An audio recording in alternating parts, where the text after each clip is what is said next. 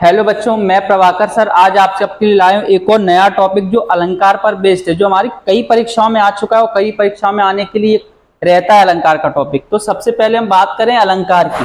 तो अलंकार में सबसे पहले बात की जाएगी आपकी अर्थ और किस पर, परिभाषा पर। किस पर? अर्थ और परिभाषा।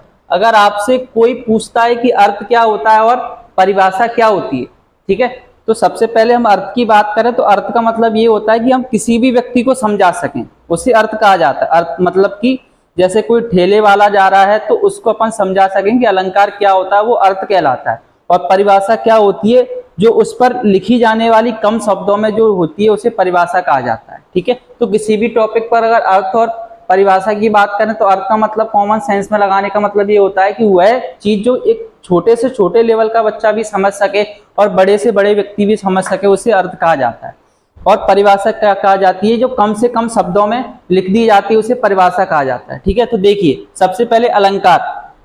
अलंकार का अर्थ आपसे पूछे तो क्या होता है? अलंकार का अर्थ गहना होता है या फिर क्या होता है? आभूषण होता है। क्या होता है? आभूषण होता है। हम समझते हैं कि गहना और आभूषण क्या होता है। तो जिस प्रकार से जैसे कि स्त्रियां जो होती हैं शादी में जाने से पहले अपने गहनों को पहन के अधिक सुंदरता हो जाती है उनकी, जैसे ही जब वो शादी में जाने से पहले गहनों को पहन लेती है तो उनकी सुंदरता में क्या हो जाती है? वृद्धि हो जाती है। उसी प्रकार से अलंकार का हम जब प्रयोग कर देते हैं, अलंकार का हम प्रयोग किस में कर देते हैं? काव्य में कर देते हैं। तो अलंकार का काव्य में अगर प्रयोग कर देते हैं तो उनकी सुंदरता में भी क्या हो जाती है? वृद्धि हो जाती है। उसी हम क्या कहते हैं? अलंकार कहते हैं। ठीक है, तो देखिए क्या लिखा हुआ है। अलंकार लिखा है अलंकार शब्द का शाब्दिक अर्थ होता है। अलंकार शब्द का शाब्दिक अर्थ होता है क्या? आभूषण या फिर गहना। अलंकार शब्द का शाब्दिक अर्थ क्या होता है? आभूषण या फिर गहना। काव्य की शोभा बढ़ाने वाले, मतलब कि काव्य का मतलब मैं आपको बता चुका हूं क्या होता है? कविता। ठीक है, काव्य का मतलब क्या होता है? कविता। तो काव्य की शोभा बढ़ाने वाले धर्म तथा साधनों को क्या कहते हैं अपन? अलंकार कहते हैं। काव्य की शोभा बढ़ाने वाले धर्म और साधनों को क्या कहा जाता है? अलंकार कहा जाता है। अलंकार कितने प्रकार के होते हैं? अलंकार 3 प्रकार के होते हैं। अलंकार कितने प्रकार के होते हैं? 3 प्रकार के होते हैं। आपसे कोई पूछे कि अलंकार कितने प्रकार के होते हैं तो 3 प्रकार के होते हैं। कौन कौन से होते हैं? एक शब्द अलंकार होता है, एक अर्थ अलंकार होता है, एक उभय अलंकार होता है। ठीक है, अब आगे अगर आपसे कोई पूछ ले कि अलंकार का अर्थ क्या होता है, अलंकार का अर्थ क्या होता है? अलंकार का अर्थ आभूषण या गहना। अलंकार 2 शब्दों से मिलकर बना है। अलंकार कितने शब्दों से मिलकर बना है? 2 शब्दों से मिलकर बना है। अलम प्लस कार। किससे? अलम प्लस कार। अलम का अर्थ क्या होता है? शोभा। मतलब कि अलम का अर्थ क्या होता है? शोभा होता है। और कार का अर्थ होता है करने वाला। मतलब कि जो शोभा करने वाला होता है उसे क्या कहा जाता है? अलंकार कहा जाता है। जिस प्रकार एक स्त्री की शोभा आभूषणों से बढ़ती है, उसी प्रकार काव्य की शोभा किससे बढ़ती है? अलंकारों से बढ़ती है। ठीक है, काव्य की शोभा बढ़ाने वाले धर्म तथा साधनों को क्या कहते हैं? अलंकार कहते हैं। अलंकार सिद्धांत के आचार ब्रह्मा थे। मतलब कि अलंकार की जो सिद्धांत का मतलब होता है अलंकार की जो उन्होंने इन्वेंशन किया, आविष्कार किया, तो किसने किया है आविष्कार? आपके आचार ब्रह्मा। आचार्य ब्रह्मा ने क्या बनाया है? अलंकार बनाया हुआ है। ठीक है, फिर अलंकार मुख्यतः कितने प्रकार के होते हैं? 3 प्रकार के होते हैं। अर्थ अलंकार, शब्द अलंकार और उभय अलंकार। ठीक है, अब देखते हैं आगे।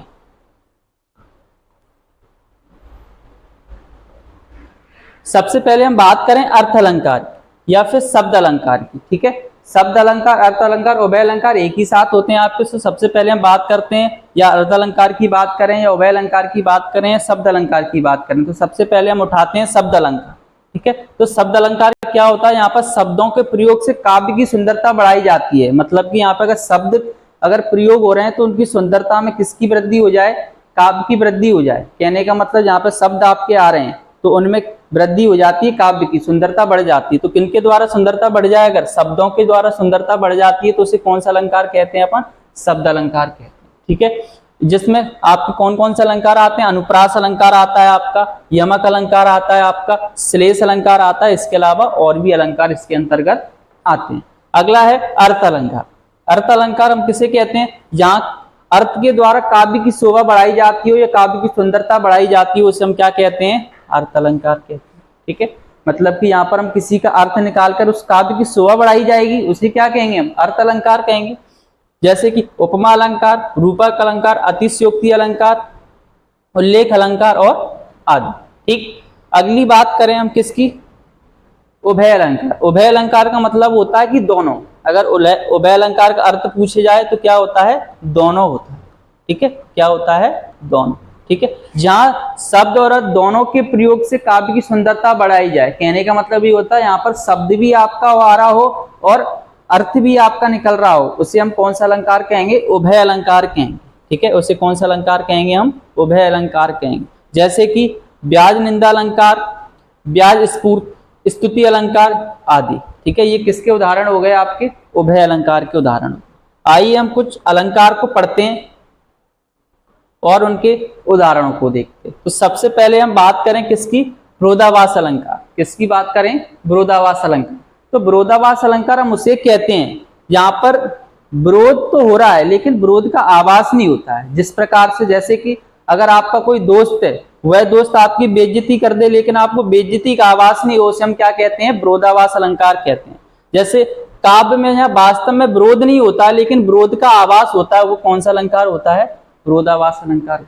ठीक है, कहने का मतलब क्या होता है? यहाँ पर विरोध तो हो रहा है लेकिन विरोध का हमें पता नहीं चलता है, उसे विरोधाभास अलंकार कहा जाता है। ठीक है, उदाहरण हमने लिखा है कि यह अनुरागी चित्त की गति समझे नहीं कोई। ठीक है, जो जो बूढ़े श्याम रंग तो उज्जवल। ठीक है, ये आपका किसका उदाहरण हो गया? विरोधाभास अलंकार का उदाहरण हो गया। इसके अलावा आप चाहें तो ये वाला उदाहरण भी याद कर सकते हैं, शीतलवाड़ी में आग लिए फिरता हूं। ठीक, ये वाला उदाहरण भी याद कर सकते हैं। अब अगला अलंकार, अगले अलंकार की बात करें। अगला अलंकार क्या है? व्यक्तिरेतक अलंकार है। क्या है? व्यक्तिरेतक अलंकार है। तो व्यक्तिरेक का शाब्दिक अर्थ होता है अधिकाय। क्या होता है? अधिकाय। जब मतलब कि जब किसी छोटे को बड़े से श्रेष्ठ बताया जाए। कहने का मतलब ये कि किसी को छोटे से बड़ा बताया जाए, मतलब कि उसकी उपलब्धि बढ़ा दी जाती है, उसे हम क्या कहते हैं? व्यक्तिरेत अलंकार कहते हैं। ठीक है, व्यक्तिरेत अलंकार कहते हैं। ठीक है, जिसका उदाहरण हमने लिखा है, जिनका यह प्रताप के आगे शशि मलिन रवि शीतल लागे। आप ये वाला उदाहरण याद कर सकते हो। व्यक्तिरेतक अलंकार का शाब्दिक अर्थ क्या होता है? अधिकाय होता है। जब किसी छोटे को बड़े से श्रेष्ठ बताया जाता है, कहने का मतलब यानी उपमेय को उपमान से श्रेष्ठ बताया जाए, उसे व्यक्तिरेत अलंकार कहते हैं। ठीक है, उसे व्यक्तिरेत अलंकार कहते हैं। उदाहरण आपका लिखा हुआ है, अगर आप चाहें तो दूसरा उदाहरण भी याद कर सकते हैं। ठीक है, अब आगे अगला लिखा है संदेह अलंकार। अगला कौन सा अलंकार है? संदेह अलंकार है। क्या है संदेह अलंकार? यहाँ रूप, रंग और गुण में इतनी समानता हो कि किसी व्यक्ति या वस्तु को देखकर अंत तक यही निश्चित न कर पाए कि वह वही वस्तु है या वही व्यक्ति है या वही रूप है, उसे हम क्या कहते हैं? संदेह अलंकार कहते हैं। ठीक है, मतलब कि कहने का मतलब ये होता है कि जब मान के चलिए आपकी जैसे ही कोई दो व्यक्ति हैं तो हम तक अंत तक यही निश्चित नहीं कर पा रहे हैं कि वह वही व्यक्ति है कोई दूसरा व्यक्ति है, उसे हम क्या कहते हैं? संदेह अलंकार कहते हैं। यहाँ पर अंत तक हमें संदेह ही बना रहता है कि वह वही चीज है क्या कोई दूसरी चीज है। ठीक है, या आप दूसरी परिभाषा भी याद कर सकते हो। काव्य में यहाँ किसी व्यक्ति या वस्तु के होने या ना होने का संदेह होता है, उसे कौन सा अलंकार कहते हैं? संदेह अलंकार कहते हैं। इसके अलावा आप ये वाली भी परिभाषा याद करते हो, उपमेय में उपमान की अंत तक यह शंका बनी रहती है कि वहां पे क्या होता है? संदेह अलंकार होता है। ठीक है, कुछ उदाहरण है आपके।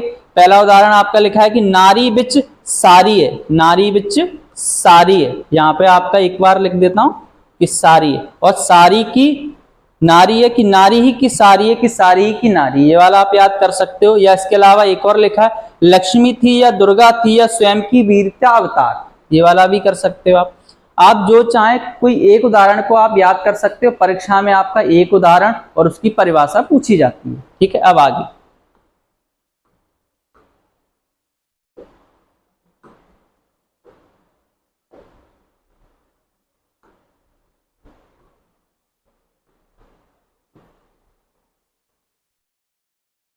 अगला है भ्रांतिमान अलंकार। अगला कौन सा अलंकार है? भ्रांतिमान अलंकार। क्या है भ्रांतिमान अलंकार में? जहां रंग, रूप और गुण में इतनी समानता हो कि एक वस्तु को देखकर भ्रमवश दूसरी वस्तु समझ लिया जाए, उसे क्या कहते हैं? भ्रांतिमान अलंकार कहते हैं। कौन सा अलंकार कहते हैं? भ्रांतिमान अलंकार कहते हैं। ठीक है, कौन सा अलंकार कहा जाता है इसको?